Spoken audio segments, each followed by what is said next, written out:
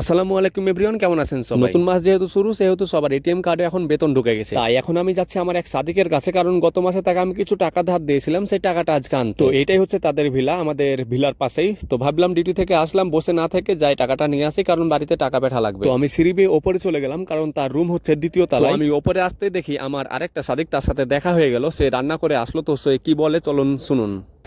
কি রান্না করেছো? রান্না করেছি কি রান্না করলে? মাংস। মাংস? খায়গা? কি মা কি কিসের মাংস? মুরগির মাংস। মুরগির মাংস? আর পোলাও হয়েছে নাকি? চলো আর চলো রেডি করো, আমি আসছি। বুঝে তো এবার আসতে দেখি আমি যে সাদিকের কাছ থেকে টাকা নিব সেই সাদিক রান্না করছে। তো চলুন, সবাই রান্না করছে, তাদের সাথে একটু আলাপ করি। মাস্টার সাহেব কি রান্না করেন? ভালোভাবে কাটেন, কি এভাবে কাটতে হবো? সংসার করা যাবে না তো? তো আমার সাদিক রান্না করছে, যে কারণে সে তার ফোন এবং পেপারগুলো রেখে গেল। আমি অ্যাপসের মাধ্যমে টাকাটা ট্রান্সফার করে নিলাম আমার কাছে। তো আমি আজকের মতো দাওয়াত নিলাম না, কারণ আমাকে রুমে গিয়ে রান্না করতে হবে। এবার আমি আমার টাকাটা নিয়ে আমি চলে আসলাম। আসলে এই টাকাটা পেলাম, কিন্তু আমার হাতে পেলাম না। আমি অ্যাপসের মাধ্যমে যেভাবে পেলাম ঠিক সেভাবেই চলে যাবে এটা বাংলাদেশে। আসলে নিজে ইনকাম করছি, কিন্তু নিজে টাকাটা ছুঁয়ে দেখতে পারি না। এটা হচ্ছে সবচেয়ে বড় কষ্টের বিষয়।